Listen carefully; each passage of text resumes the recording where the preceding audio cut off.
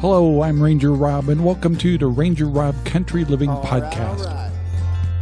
Y'all ready for some freedom loving, country living, self-reliant Americans in action? Rob and Sherry know just what you're looking for. They got cooking, building, installation, and so much more. He'll be coming down the mountain, won't he? This fella ain't no phony. You can know what he knows, one video at a time. Ranger Rob, country living. Ranger Rob, country living. Hello, everyone, and welcome to the Ranger Rob Country Living Podcast, the very first one, episode 1. I'm Ranger Rob, and welcome to the show. On this show, by the way, we talk about homesteading, we talk about prepping, and we talk about self-reliance. And we have a little humor, have a little bit of redneck. I am not an expert, but I am a homesteader. I am a prepper, and I do believe in self-reliance. And so this show is to enlighten everybody with new ideas, to have a little fun with it and not take everything so serious, but have a chance to analyze things. And before we get going, I need to let you know our sponsor is RangerRob Pet Poopy Bags. They're available at Amazon. Yes, they're created by me, and they're made for dog owners. And they are definitely nice products. But let's move on. As I told you guys earlier, I am a homesteader. I kind of accidentally fell into it. I've always had the concept of being self-reliant, and through no fault of my own, we ended up in the Central Oregon area with 5 acres. And no, it's not a large farm, and it doesn't have big fields and stuff like that. It's 5 acres. And we homestead probably, I guess we'd be called a modern homesteader. So we definitely raise chickens and eggs. We could raise meat birds and a few other types of animals if we wanted to, but that's what this show's all about. Where do you find your levels of homesteading and what works for you? There's so many factors that could affect of being a homesteader. Like, one is your age, and Sherry and myself, we're getting up there. So you want to also make sure and realize how much work do you want to do and what can you maintain, and can you maintain it 5 years from now or 10 years from now? Where's that level? So that's really important before you even get started with homesteading. Realize your limitations, whether it's age, your finances, the amount of property you can buy, so on and so forth. Or you may be a homesteader who wants to go all out and wants to have some land to have cows or maybe sheep, goats, and some where they can graze on fields and stuff like that. And then, of course, you've got to find that right kind of land. So this day and age, it's getting a little harder, but it's definitely doable. So, the very first thing I would say in homesteading is figure out what's your limitations and what are you willing to do? And do you want to work on your homestead part-time, or do you want to just, every day you're working on it? Which, I just did a video recently on Ranger Rob Country Living YouTube channel where we're talking about, do you mind giving up, maybe not going to the movies that often, maybe not going on trips or camping trips as often as you do, or travel on long trips? Because if you do that, once again, it all depends on what kind of homestead you have. Do you have a homestead that requires someone to maintain or manage the property all the time, like feed the chickens, get the eggs, turn on water systems? Do you have to do anything special with your animals, and so forth? So that's really the important thing right off the bat is what do you want to do? And don't dive in until you actually define that, because nothing would be worse to dive into a homestead and, do you have the time to build from scratch, or do you want to find a homestead that's already been started and you just want to kind of rejuvenate it and build onto it? And what are your capabilities? Are you willing to do that kind of work? Can you do that kind of work? Do you know how to get the information to do that kind of stuff? And by the way, YouTube's a great place to go to learn how to do almost anything. That's how we learned how to do our greenhouse. So yeah, there's a lot of factors you need to know before you even get started with a homestead. And, once again, can you handle raising animals? If you want to go, be more self-reliant and grow more your own meat and stuff, do you have I want to say backbone, but willing to slaughter animals? Can you do that and not have a issue with that? And it's okay if you don't. Those are things you need to know. Can you butcher a chicken? Can you butcher livestock like a pig or a cow or a lamb? And can you assist with birthing? And do you know how the process works for breeding the kind of animals you might be involved in? There's a lot of things to think about before you start your homestead.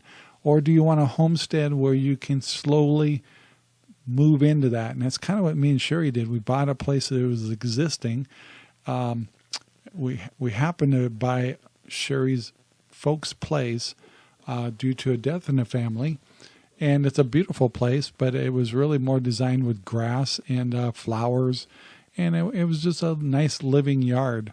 And so, yes, we still keep that going, but we added on to it to create a homestead. So now it not only has flowers and has nice grass, but now it has a greenhouse. Now it has Rhode Island red chickens, and we get eggs every day, and we're starting to produce our own food.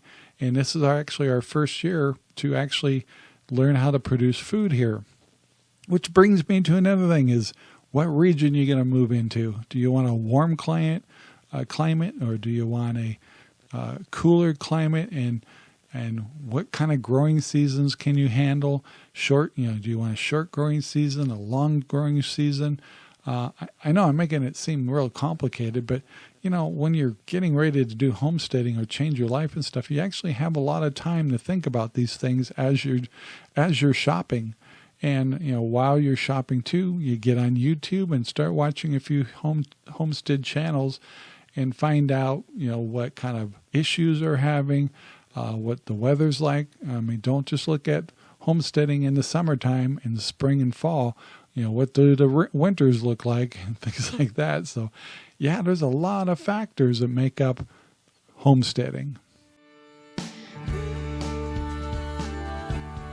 I guess one of the next big factors we need to consider here is, why do you want to do this? Are you looking to be more self-sufficient, or are you just trying to get away from the city?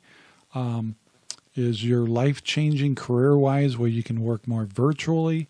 Are you retired now? Do you have your own business where you could actually do your own business outside of the city limits, and you just want more peace and quiet and a little bit of elbow room? Do you want to get away from people? Do you want to get away from cities or outside cities or stores and all that kind of stuff? That's a kind of important thing. Do you like the amenities of having a city nearby? Do you want to find something in the middle? And so I'll refer to myself as, we got a 5-acre place. We are about 20 miles from a medium-sized city, which provides pretty much all the things we want as far as, good grocery stores and regular stores. And if we really need to get to bigger stores and a more complex kind of city, our biggest city is called Bend, Oregon, and it's almost 40 miles away. So you imagine it's quite an ordeal if we have to go to the big city Bend, which is not a big city compared to the west side of Oregon. So is that something that is okay with you? And just understand, with us, we learned really quick is, when you go out to go get things, you have a list of things you got to do while you're in town. Get them all done so you don't go to town back and forth several times a week. You try to do it all in one shot. To save on fuel is one thing. The second thing, and it doesn't matter what age you are, is how's your health? Do you need to be closer to a clinic, or do you need to be close to a hospital? That'll be a really important factor. Or maybe you have a child that actually needs some support, or one of your spouses needs certain kind of support in health wise and stuff. Will determine also how far out you really want to be out in to do farm homesteading. And there's other folks that do homesteading, and there's a dirt road to their property, and a lot of times it could even get snowed in. And of course, we haven't even talked about utilities of whether you're on grid or off grid. We'll kind of get into that in a little bit, but distance to places, and also knowing once again what your limitations are health wise and what you're willing to do. You can find a compromise in all that, but you need to define it. It's like, if I'm going to have a homestead, I only want to be no more than a half hour from a big city, or 45 minutes is acceptable. Even where we're at, we're kind of far out. We actually have a fire department in the kind of area that we're at, and we have a insurance that also allows us to have a helicopter ambulance come all the way out here, and actually for $45 a year covers that service if we need it. So, you can look at this in all different ways. Find out what's available in the area. If you decide to go to Idaho, or if you decide to go to Oregon or Washington, or maybe you don't want to do it with those kind of states, maybe you want to go to Colorado or something like that. Find out what's available from the different distances. Go shop around a little bit and find out what makes you happy, or what would make you happy. But, the thing is, it's such a big move, a big change in your life. If you overlook some of the things we're talking about in this first show, you could be in a world of hurt and be actually very unhappy. So that's what this show's all about. Is we'll be talking about things about more intricate things later. But today's kind of an overall discussion about homesteading. And of course, we haven't really we're not talking about prepping or anything like that. We might get into that a little bit, but it kind of falls under the self-sufficient or self-reliance factor. And maybe that's what you're striving for. But once again, how self-sufficient do you want to be? How self-reliant do you want to be? Do you want to totally be able to feed yourself, 100%? Or is 80% okay? Or 50%? Where, like Sherry and I, we don't have to worry about eggs. We don't have to worry about growing a lot of foods right now. But when the winter comes, there's only so much lettuce we can grow to a certain state. And there is some things like potatoes and stuff like that we'll store. One of the things that we fell into, and I'll bring it up right now, is we use a freeze dryer. So anything we're growing right now in the summer, the beans, all kinds of things that we're growing, we can freeze dry, and actually, which is an amazing technology. And because we're not growing a lot of things like that right now, we're buying mass quantities of, say, mushrooms or things like that from places like Costco and other places, and which I can get a much better price when I buy bulk. And also, we also have a produce, or like a farmer's market here, where I can buy large quantities of, say, green beans. We can run them through our freeze dryer and literally have fresh green beans for 25 years. It's that easy. We actually freeze dry things like onions and garlic and fruits, and we haven't actually done meals like Hamburger Helper or something, but we can. We're still learning how to use the machine. We haven't had it that long, but those are the kind of things like, okay, I will still be buying 50% of my food from the cities, but I want to store it and be more self-reliant. So if I buy food at a really good cost, and I can preserve it. And so, like, for example, Sherry and I, we are really going heavy into tomatoes this year. And the reason being is we've taught ourselves how to can, and we also have the freeze dryer. And so we're going to take focus this year on learning how to do different kind of canning techniques with tomatoes, whether it's diced tomatoes, making a tomato sauce, or making our own spaghetti sauce or our own salsas. That's our goal with that. And we're talking about, we're growing a lot of tomatoes. So once again, if you go to the RangerRob Country Living channel, YouTube, you can get a visual of all the things that we're doing. But we're finding out one of the things that I also need to mention on this show is our podcast is on Spreaker. And as we launch it, it will come out in a whole bunch of other platforms. We're also on a radio station called Good Talk Radio. We own Good Talk Radio. We actually own Cutting Edge Radio Network. So we also have Good Music Radio and Good Old Radio, which is a lot of vintage radio. So that's also a worldwide radio station that we have ourselves. So you will be able to find our podcast. Just go to goodtalkradio.com. Go to the schedule, and you can actually see where we're playing all of our episodes for this new show. And, it will be an hour-long show every time, and it'll be timed out to actually be able to be on radio stations. So, but you got to start somewhere, and that's where we're at today. So, Good Talk Radio. So one of the big things that have been catching my eye or my ear lately in homesteading is water.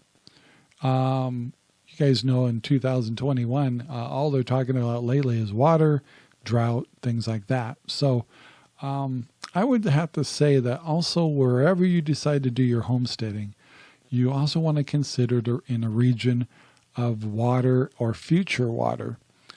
For example, for us, we actually have our own well, which is in a very large aquifer with really high quality water. Doesn't mean I can waste water, but it means that water is available to me, and my water is not subject to a city system that if that was the breakdown or something happened to that we'd automatically lose our water. And but in this case, we actually have a well that's over 400 feet deep that actually taps into a very large aquifer. And I never assumed that there might be a problem with that. But if you're in a city or a place where you're relying on city water and it's maybe treated water, if there was ever a problem with that treatment plant or power goes down or something like that, it will affect you over time. Here we actually have our own well, which we actually put a bypass system on it to switch off of the master circuit breakers to be on Self Reliant to actually run off a large generator we bought, so we can actually bypass the system on the well. You safely always want to have a special system put in so you don't push electricity back into the system. You could actually hurt a lineman that way. Anyway, so spend the money, make sure you get the right kind of equipment. And wells typically have a tank too. So typically we have a 50-gallon tank in our well. So I can turn on the well, fill up that 50-gallon tank, and supply the house for that 50 gallons. Or I can leave it on and actually continuously support the household and the water systems and everything I need for whatever period of time I need it, as long as I can provide power to it. And of course, do you want a system like that or not? So do you have a river nearby? Do you have a water filter system where if you had to go get water from that river, can you run it through like a Berkey system? Berkey is just a really high quality water filter system that you can buy. That I highly recommend. Even us, things could go wrong. What if it was a long period of time and I ran out of gas and I can't run my well anymore? But I've stored a lot of water. I'd still want to run it through a Berkey system to be on the safe side. Of course, if it rained and I wanted to capture any of the rainwater or anything like that, once again, I'd want to run it through a Berkey filter system. So, how far do you want to think this through? And maybe you don't want to think that far ahead, or maybe you don't want to think that, we could have a shit hit the fan situation. And, just some people say, hey, if it came down to that, I want to die anyway. But it's human nature to want to go on. So, once again, I'm kind of sizing you up for how you want to do your homestead, and how advanced do you want to make it, or not advanced, if you want to put it that way, to meet your needs or what your future needs are. And I can guarantee you it won't go as fast as you want it to. Let's say you actually find the property and the house you want, with enough property and the ordinances are open enough to allow you to do the things you want to do, which is a big factor too. There's certain areas, like in the place we're at, we're not allowed to have cows, which is absolutely fine with me because I got enough chores to do without taking care of a cow. There's farms all around me, and I already did a co-op and have been filling up my freezer just fine with plenty of beef without me having to raise it.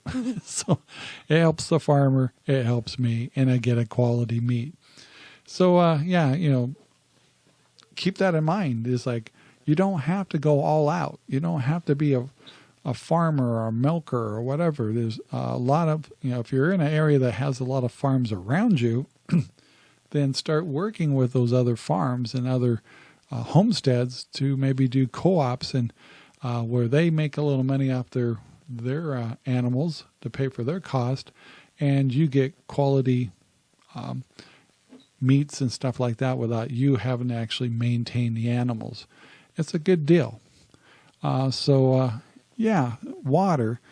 has really caught my attention lately, because if you see what's going on in California, Arizona, Utah, they're hurting. They're hurting real bad. And so, it's going to affect us all. And so that's one of the reasons why I prep. But it's also a reason I want to be more self-sufficient. And which, all in turn, all of this leads up to inflation. It's a supply and demand thing. I'm not taking I'm not taking a stand on politics here. Although, a lot of you guys already know which way I kind of sway, but the fact is, supply and demand is the same no matter what administration we have. And when there's a problem with the supply, there is not enough demand for something, or the cost, or there's a lack of ingredients, things like that. It's going to push the prices of food up, which right now we're seeing across the board, which also costs a lot more to feed our animals, a lot more to go get groceries, things like that. But another thing I've been learning lately is food can be an investment. For example, let's say inflation's about 5%. Well, let's say we have hyperinflation, it goes up 20%, but you bought a whole bunch of stuff before all that happened. You've actually made an investment. You've bought something that grows in value. Let's say you bought a whole bunch of beef at $5.99 a pound. Well, now I saw it as high as $11 and $13 a pound at Costco, where I was getting it for $9.95 a pound. I bought a whole bunch of it before. It's in my freezer. I've got a good investment in the sense that next time I go to, I don't have to go buy that meat anymore because I have it and I bought it for less.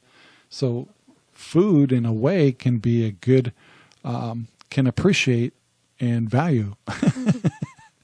And did you ever think you start thinking about food being an asset? But in a way, you can actually do the math on it and say, if I buy a bulk food now and get it for a good price and I'm able to preserve it, then I've made a good investment. We know most of you are responsible dog owners and want to keep our parks and recreational areas pristine. Most of us have been stuck with cheap, dog waste bags that are inconsistent and cumbersome. That's why we created RangerRob Poopy Bags. RangerRob Poopy Bags are larger, deeper, stronger, and leak-proof. Most of all, they have handles that make the bag easy to turn inside out and to seal with your dog's business. RangerRob Poopy Bags are lemon-scented, eco-friendly, and come in sheets and now in rolls. Stop getting stuck with cheap waste bags when you can have a RangerRob quality premium dog waste bags. RangerRob Poopy Bags are cost-effective. They're in Amazon and you can get free shipping right now. Make picking up dog waste easier and comfortable. RangerRob Poopy Bags, making dog waste pickup a little easier.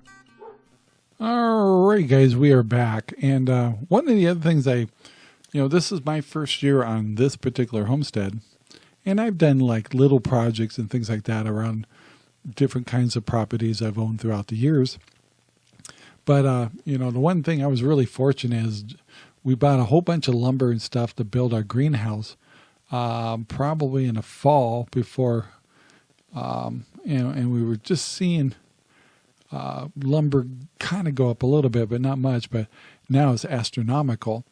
So it's another big factor, whether you buy a homestead, that you have to do a lot of building, as opposed to maybe buying a place that actually has a lot of the infrastructure there already, and maybe you just need to kind of spruce it up a little bit.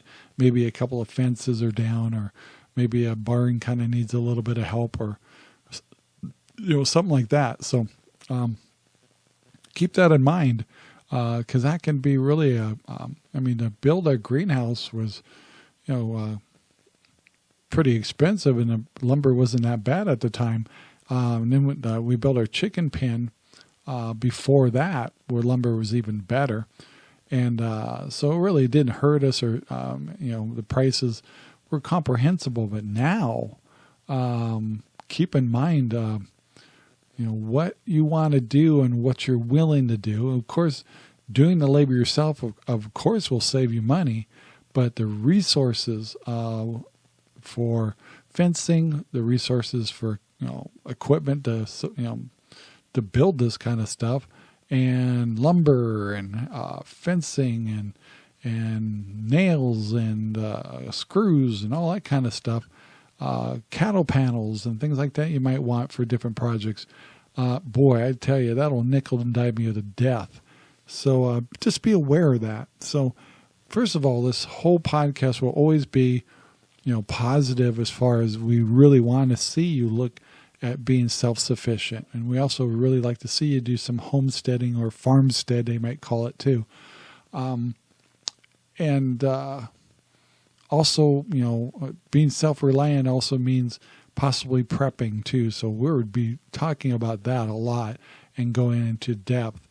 I'll tell you right now, when it comes to prepping, I am not one of those hardcore, have 37 AR-15s, tons of ammo. I think you should still have that kind of stuff on board, but not like that. Buying camo and buying 27 different buck knives and stuff. That's not our kinds of prepping. Common sense, having one or two of that kind of things.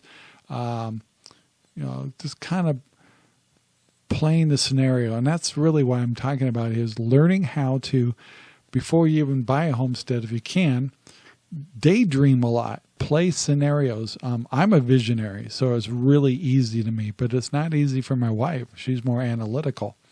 So I can play 27,000 different scenarios in my head, trying to figure out, the things that I want and the things that could happen.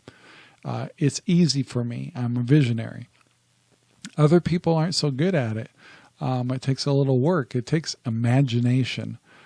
So, watching a lot of YouTube channels, don't try to reinvent the wheel. There's a lot of folks doing this already, and they have very popular YouTube channels, much more, larger than mine. And a lot of them go very deep into different contents. Some really work hard in defining what they do in their garden. Here, we really do a lot of hydroponics. So we tend to talk about that a lot, but we do conventional gardening too. But this is our first year, so we're learning what we can do in this region. For example, my nemesis is broccoli. I tried to do broccoli. I studied to try to do broccoli, and I messed up. And so this summer's coming here, and I pretty much had to scrap it. But I still have the fall, so I haven't given up. But I had to learn, because I'm from Arizona before this, and we actually had 2 growing seasons there. The one thing I'm really glad about not being there anymore is the water problems that they're having. That's probably the biggest thing I'm grateful for. I don't really appreciate moving to a state that has kind of radical government administration kind of stuff over here, but we can deal with it because we're on the east side of the mountains. Tends to be more red, if you know what I mean. So yeah, I'm glad we're up here, but I'm also trying to learn how to do my planting, because winter temperatures or freezing temperatures last all the way up to May, and then almost overnight it switches, and you got this little window of when you can and cannot put your plants out. So we learned, and we knew right away we're going to have that problem, and that's why we built a greenhouse, so we could actually plant things early. So when we got past our first freeze, which can be up to past June 1st, and so that doesn't give you a lot of growing time. And so we had to say, okay, how are we going to be able to grow things if we don't have something? We do have a growing room for seed starting, but we need that in-between part where we can get our plants outside sooner, but don't get bit by the frost and get devastated. And, we lost a couple plants this year, not very many. We were experimenting, and the greenhouse, everything, we put out early, and we had some freezes, and they were all protected. So it was, and we don't have a very fancy greenhouse, but I'm sure glad that we had the foresight to, or hindsight, I should say, and foresight at the time then, to actually build that thing. By the way, I've never had a greenhouse in my entire life, and it's not a kit. We actually built it from scratch, just doing it the way we wanted to do it. And so, yes, I'd love to have one of those kits, but it was pretty expensive. But at the time we were buying wood was actually fairly inexpensive. So if I had the chance to have a really nice greenhouse that, made out of hoops and it's steel or aluminum kind of framing, and it's maybe 50 feet long or something like that, I would love to have that. But, in homesteading, you can't always, have what you want. You make do with what you got and what you can afford. So, being a homesteader is a humble time, a lot of hard work, and also a lot of patience and planning. And thank goodness it's much easier now than, say, 10 years ago. I had a game bird farm back in 2000, area like that. There was no such thing as YouTube back then. And so, we luckily we befriended a lot of other game bird people and learned the ropes of how to do stuff through that and books. We did have the internet, so you could look things up, but there was no really good libraries of how to do that. But, gosh, if I would have done things so much differently with the knowledge I have now, thanks to YouTube. So that's what I'm telling you right now is on a regular basis, once a day, keep looking things up and get question. One day you'll be sitting in a house and go, okay, before we buy this, our goal is to buy a homestead or be more free or live in a country. What are we going to do if we don't have power? And you start doing searches on YouTube about how to do backup power, maybe look into solar. And be careful there, by the way. Solar sounds good, but there's so much more to it. So you really, really need to research that really well. But generator backups for, being down for a week. Maybe if you really go out into Thule's, a tree fell over your power, or because cities and stuff tend to take care of the cities first before they start taking care of the rural areas. And so you could be out of power longer than other people. So what do you got? Play that scenario in your head, and also watch YouTube channels based on how people back up their systems and back up their household. And they'll tell their stories about, oh, we were out of power for a week and a half, and it was 20 degrees out, and how do they heat their home? For example, Sherry and I, we have a pellet stove. We didn't buy a wood stove because I do not want to cut wood and deal with wood. So I deal with buying pellets. But that brings a whole other problem. What if the power goes out? Can I fire up my stove, my pellet stove? And the answer is no. I need power. So I have two generators. I have a large generator which handles my can handle several freezers if I had to, and and refrigerator, but also, and it could actually still probably handle my pellet stove, but I actually have a smaller 2000 generator I bought just that handle powering the pellet stove, because I know I'd have to run it for long periods of time outside, and I don't want something that uses a lot of fuel. And so that's the only main purpose for that. I can actually plug in a couple of lights or something like that, or plug in a television to it or something on top of the pellet stove. So, but that's the choice we made. Other people may just want a wood stove. My son is near us, and he has a wood stove, but I also hear him go through the nightmare of trying to buy wood every year. And so I'm too old for that. I just don't want to be chopping wood and things like that. There was a time I wouldn't have minded at all, but once again, these are the things that we want to kind of put into your head before you buy a homestead. Later on in these shows, we'll be assuming you already have a homestead or are planning to do it, and we'll start telling you some of our stories. And in stories we've heard about, and review different things we've watched on YouTube. And also we'll be happy to suggest other shows to watch to get educated. Like, for example, in hydroponics, there's some really good shows we like that really teach you about the fundamentals of hydroponics, where other shows are really good about teaching about preserving and canning food. And others just have a really cool story to tell that live farther out than we do, and the problems they have where they're actually having to deal with large game and bears and things like that, and have children at the same time. And so their story is more intense, and it's like you may not be up for that. You may not want to be that. Maybe you don't have the income to do that, or a nest egg to do that, or you're still working, things like that. All these affect whether you're going to be a homesteader or not. And so, just keep all that in mind. And once again, we're not trying to scare anybody away from homesteading.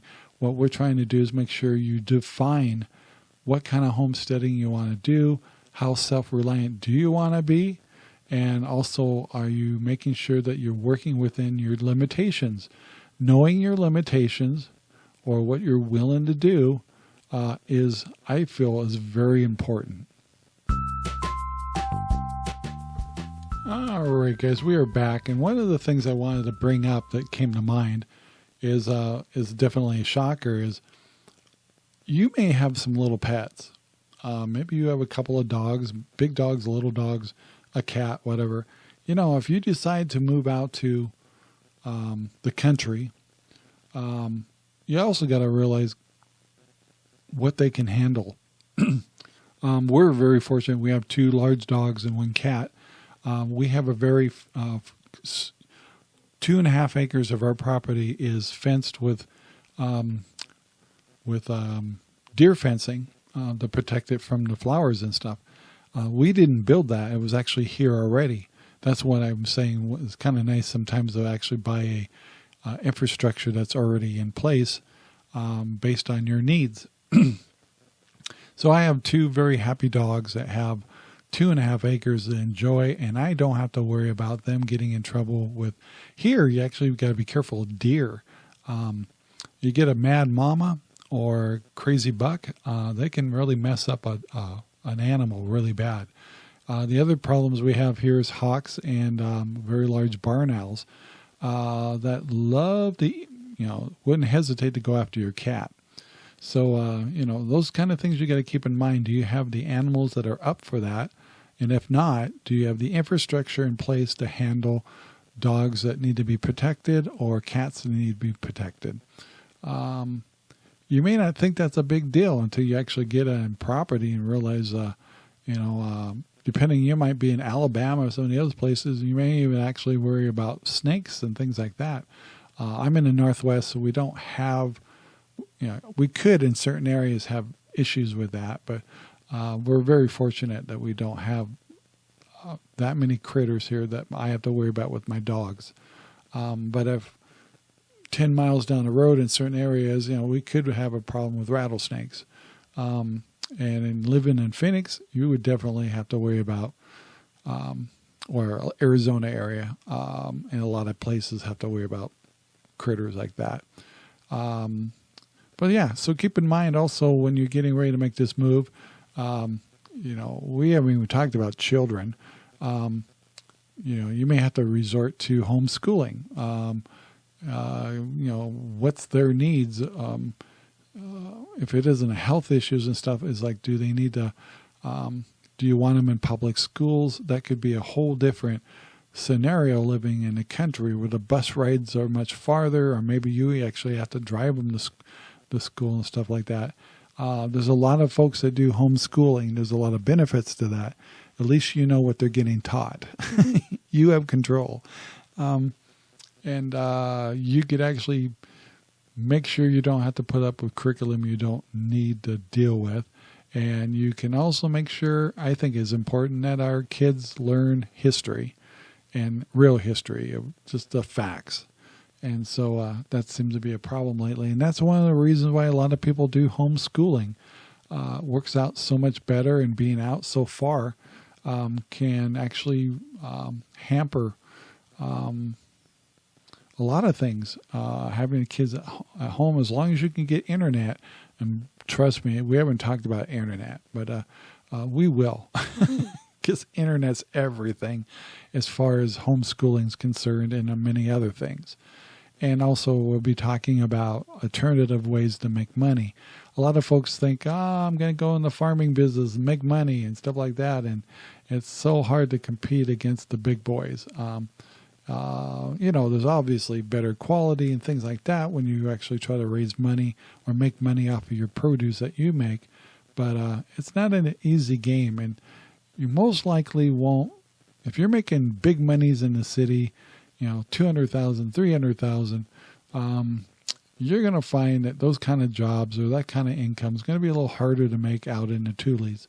But you find out when you live a different lifestyle, you don't need that much money. It's all relative to where you live.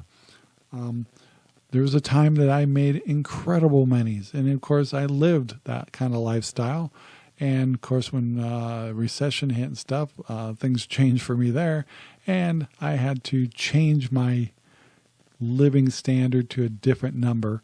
And I'm no worse for wear. And now I'm kind of, pretty average right now as far as kind of income. And we live high on a hog because of the way we live. We're saving so much money, being more self-reliant, and being able to get more bang for our buck. And we're not spending a lot of money on city stuff or going to casinos or going to shows, constantly going for trips, going on holiday travels and stuff like that.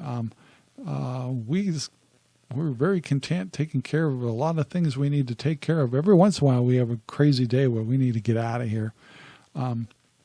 But all in all, we really do enjoy our lifestyle and staying home and working with our animals and accomplishing gardens and things like that. It's a never-ending battle. And then, of course, with a homestead, there's always things to fix and things to improve. It just never stops. You can just and you plug at it one step at a time. Otherwise, you'll go insane, because if you try to get everything fixed and going and animals you want all at once, you'll just go insane. You need to just take one step at a time, do one thing at a time, and before you know it, over time, you go, wow. That's what happened to me and Sherry's. Like, we got our chicken pen done. You know, the chickens came, we got the little chicken pen going. It's like, wow, that was really cool. And then the next project came along, like, you know, we may have trouble in the summer trying to raise food. We're learning about the region, and it turns out, you know, let's build a greenhouse. So we took the fall, and it took several months to build it, to do it at our speed. And of course, the weather kind of started affecting our build. And then we got that done. And then now you go out there and you see a chicken hutch. Now you see a greenhouse. It's like, well, I hear, it's the garden's coming up in the future. You know, we had to determine where we're going to have those, but we need to maybe start creating compost. So we built a compost bin. And now we have a chicken house, a compost bin, and a greenhouse. And over time, we decided to lay out where we think we're going to want our garden. And we brought a load of compost in to add in that there, and then we tilled it in and stuff like that. Next step, we decided to use fabric weave. And then we discovered, just a few months ago, actually, hydroponics. And we're going, you know what? That sounds like a great way to go, because our soil isn't that good here. Let's try that technique. So we set up a little kind of small test bed of doing hydroponics. And before you know it, it's like, wow, we get this greenhouse. Let's do what they call Dutch bucket system. And that sounds like it's so much easier in dealing with potting soil and all that stuff all the time. So we put that in, and it's like, and then we tried some other techniques, and now we're doing floating rafts, hydroponics. And then another thing I saw was, boy, to save space and stuff, I really like strawberries. I want to grow a lot of strawberries and can them and freeze dry them and stuff like that. So we also did hydroponic towers, stackable towers using Mr. Stackies. And so you just kind of, and then before you know it, you go outside and you go, okay, I see a chicken pen. I now see a compost bin. I now see greenhouse. I see fabric really weave laid out, ready to go. I see my towers are there, and one step at a time. I take one project at a time, and now the summer's here. It's like, oh, all this stuff is ready. I had lots of time to prepare for it. We got tons of other projects we want to do, but one step at a time. And of course, now with us, Sherry, my wife, she works. That's how we get our health insurance, because we're not old enough we're not that old to get Medicare and all that stuff. So we got a few years to go. So she's still working, and I have a pension, of course, but I also have, our own, the radio stations and our YouTube channel, and we also sell the RangerRob poopy bags. So I create a secondary income through that stuff, not big bucks or anything, so you kind of work between. You still got to do serious things like doing business and accounting and all that kind of stuff, and you got to just keep all that in mind. And even when you retire, it's always nice to have a little spare income on top of whatever your Social Security might be. I don't get Social Security yet, not old enough. But those are all the factors that you really want to really want to keep in mind when you decide that you're going to homestead or farmstead or whatever, live in the country and change your lifestyle.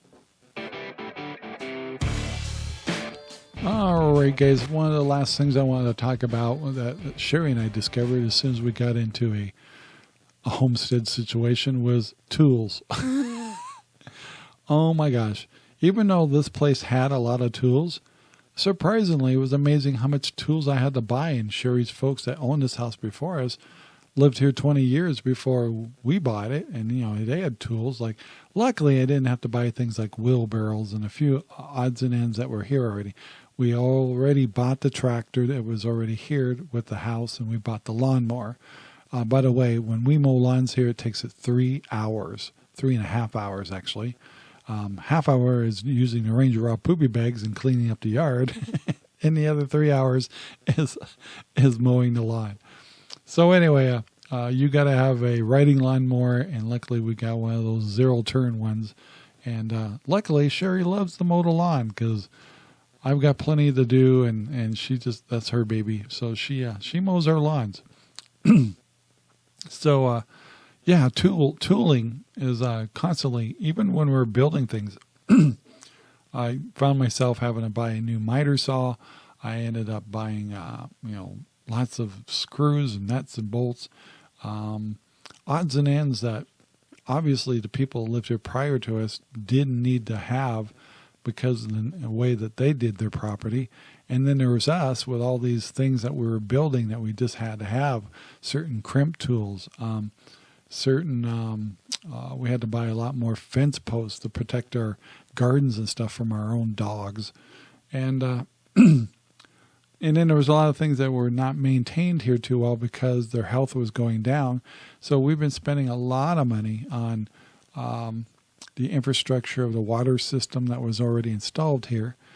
We have a 16-channel water system on this property, and we had so many water systems damaged. Had to put new splices in and fix a lot of that stuff. And at the same time, we also had to do a lot of work on the house. We had new siding and a roof put on.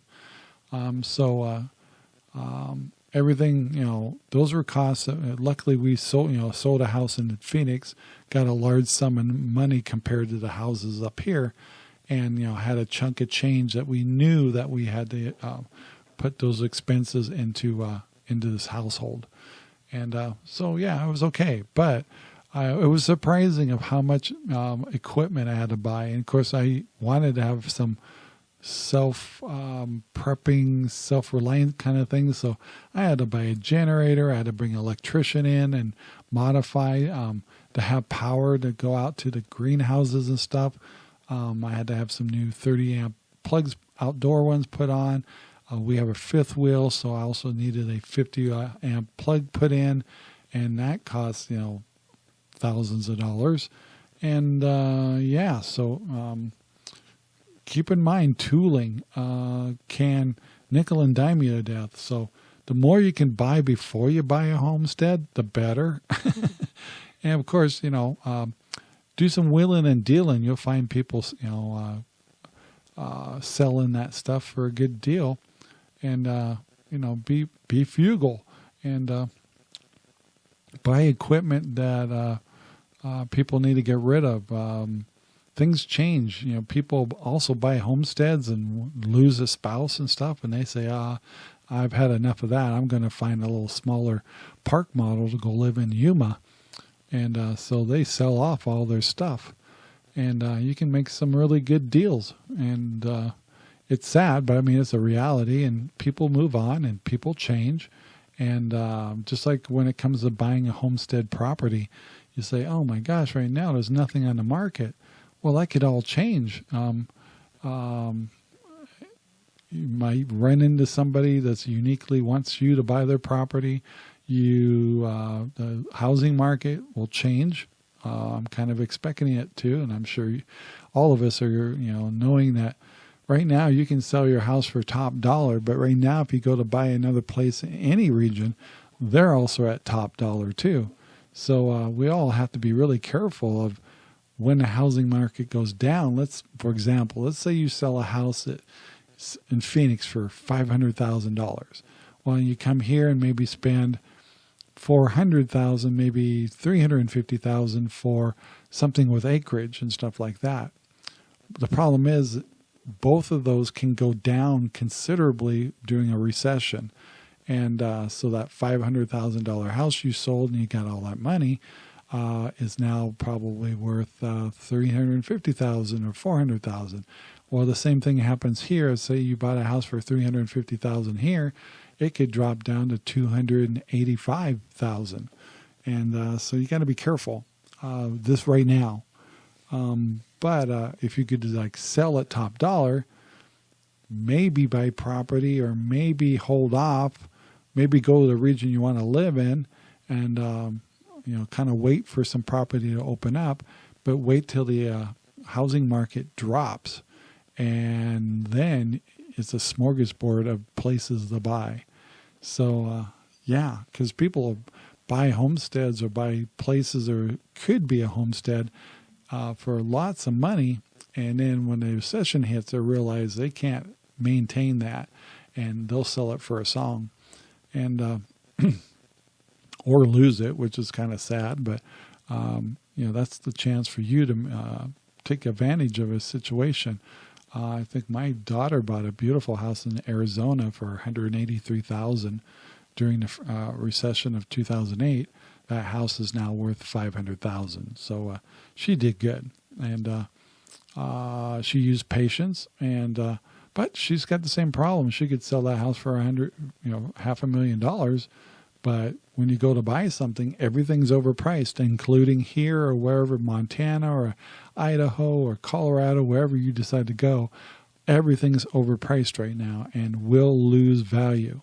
So buying something, whether it's $500,000 or $350,000, you're going to lose the equity, just because that's how it is. And so keep that in mind when you're buying property. Right now is a funny time to do it. Sherry and I had really good timing a year and a quarter ago. And it's amazing how much has changed since then. So, but it'll change the other way too eventually. And that's when you can do all your planning. Or you can maybe buy a fifth wheel or something, move into the area that you really want to live in, and establish yourself there, but wait, use an RV park or stay in somebody's property or something.